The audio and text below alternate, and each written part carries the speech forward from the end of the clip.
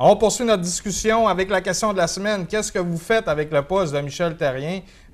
Par contre, là, on y va avec les commentaires de nos internautes sur notre page Facebook. N'oubliez pas d'aller justement aimer nos 2 pages Facebook, Fans de sport et Fans de sport, le groupe, si vous voulez discuter sur plusieurs sujets de l'actualité sportive. On débute tout de suite, les gars, avec un commentaire de Sébastien Bergeron qui dit « Je conserve son poste. Le CH n'est qu'à 14 points des séries, 5 victoires et 4 défaites en prolongation. L'équipe a inscrit le même nombre de buts que la saison dernière, mais en a loué 50 de plus.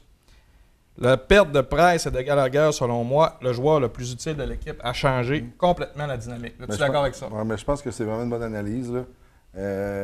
Oui, on a le même nombre de buts. Il en a accordé 50 de plus. On voit la perte de Carey Price. Puis aussi, je pense que le jeu de Subban n'a pas été le même que l'an passé non plus. Puis cette année, on a vraiment vu l'importance qu'un gars comme Gallagher avait aussi là, dans le vestiaire du Canadien et puis sur la glace. Je pense que c'est les 2 grands leaders. Ça a démontré que les 2 grands leaders de cette équipe-là, c'est Carey Price puis Gallagher, là, 2 joueurs de caractère. Puis c'est pas seulement qu'ils ne soient pas sur la glace pour aider leur équipe, mais c'est dans l'entourage de tous les jours. Là, je pense que ça l'a manqué. Là, ça l'a manqué parce qu'on a vu que l'équipe a manqué de caractère bien souvent. Comme je disais, tantôt, je réfléchissais puis je disais, ils n'ont pas gagné quand c'était le temps, puis ils ont gagné quand c'était pas le temps après ça. Ça a été une année là, qui était bizarre comme ça. 50 buts, là, c'est pas une grosse statistique. Là. Exemple, c'est Carey Price dans les filets pour 75-70 matchs comme par le passé il est capable de faire. Mais 50 buts, c'est pas beaucoup. Là. C'est clair que c'est une différence qui est très remarquable. Puis en plus, on a utilisé 15 défenseurs différents. On était rendu avec 4 ou 5 défenseurs de la Ligue américaine à la fin de l'année en haut. Qui faisaient pas plus mal que ceux de l'alignement régulier. Ouais. On continue. Il y a Sonny Renault qui nous dit « Je n'aime pas Therrien, je ne l'ai jamais aimé, mais force d'admettre que cette année, il ne l'a pas eu facile. Le problème du CH n'est pas Therrien, mais Bergevin avec ses transactions de profondeur, même si on a vu cette saison que la profondeur est justement ce qui a fait défaut au CH. On en a parlé tantôt. On disait que Marc Bergevin a cherché justement des gars de profondeur. On en a assez à Montréal. Vous en pensez quoi de ça? Je pense que c'est difficile. Là. En tout cas, il a expliqué dans son bilan de fin de saison que c'est pas facile nécessairement là, d'aller chercher là, des joueurs d'impact. Puis il a sûrement dû essayer. Puis moi, ce que je reproche pas, par contre, à Bergevin, c'est qu'il a essayé. T'sais, en début de saison, il est arrivé avec des joueurs comme Fleischmann, puis c'est quel autre donc qui était là aussi, là, qui... Weiss. T'avais Weiss, ça avait été un bon... Mitchell, Flynn. Oui, c'est ça, tu sais. Là, au début, on était content d'en voir arriver, mais à un moment donné, c'était trop, là. C'est certain que la profondeur, à un moment donné, là, ça fait, là. Mais, tu sais, des gars comme Fleischmann, là, tu sais, c'était des bons essais. On a su dernièrement là, qu'il avait travaillé fort pour avoir Panarin, tu sais. Si ça avait été le cas, ça aurait probablement changé un peu l'offensive aussi du Canadien. Ça n'a pas fonctionné, mais, tu sais, c'est de continuer... c'est de continuer à essayer. Il n'y a pas beaucoup d'intouchables, puis je pense qu'il y a certaines modifications à faire. Je pense que la profondeur, là, en début de saison, c'était 9-0 l'affiche.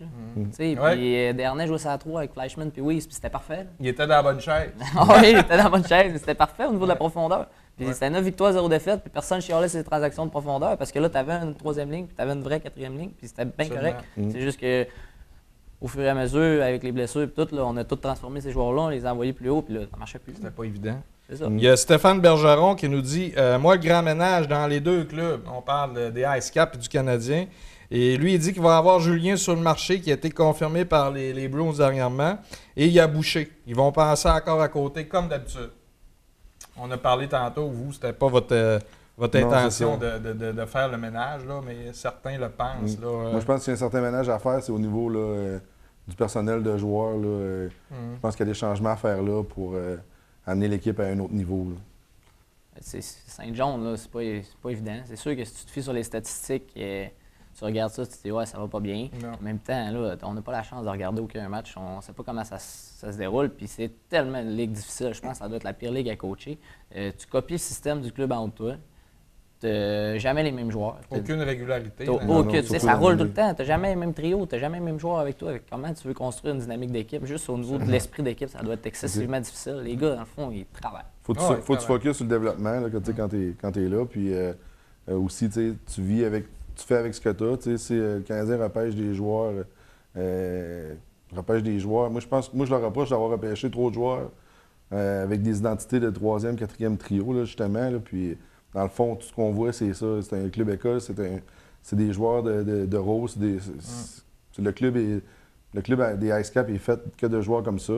Puis, je pense que dans les prochains repêchages, ça va être important d'aller chercher des joueurs de talent puis développer là, les habiletés là, offensives. Je vais y aller, les gars, avec un petit peu des commentaires rapides sur des. On y reviendra. Yannick Guay nous dit Terrien bien en selle. Comme tu le sais, un bon entraîneur, j'imagine qu'il parle de moi, doit être bien encadré et de bons adjoints. Yannick dit que la plus grosse perte, ça a été Gérard Galland qui est parti en Floride. Ouais. Moi, je pense que oui, effectivement, c'est une grosse perte pour le Canadien. Il y a également William Bourque qui nous dit « Je conserve Michel Terrien à la barre du Canadien la saison prochaine. Ce qu'on doit faire, par contre, c'est de mieux l'entourer. J'ose espérer voir un changement au niveau des entraîneurs adjoints. Nous avons allé chercher un entraîneur pour l'avantage numérique et un pour les défenseurs. » Tu es d'accord avec ça, de changer les entraîneurs adjoints? Entièrement d'accord, parce qu'on ne peut pas dire que... Tu sais, souvent, les entraîneurs adjoints, là, quand tu es entraîneur-chef, tu leur donnes des tâches d'unité spéciale, puis probablement qu'il y en a un qui s'occupait de l'avantage numérique, puis l'autre du désavantage numérique. Je pense pas qu'ils ont eu nécessairement le succès escompté dans ces deux phases de jeu-là. Puis, je pense que l'année d'avant non plus. Donc, Gérard s'occupait... M. Galland s'occupait du powerplay, de l'avantage numérique. Je pense que ça allait mieux l'an passé. Mais, tu sais, il y a une amélioration à faire à ce niveau-là. Est-ce que c'est de le régler à l'interne ou non, d'aller voir ailleurs?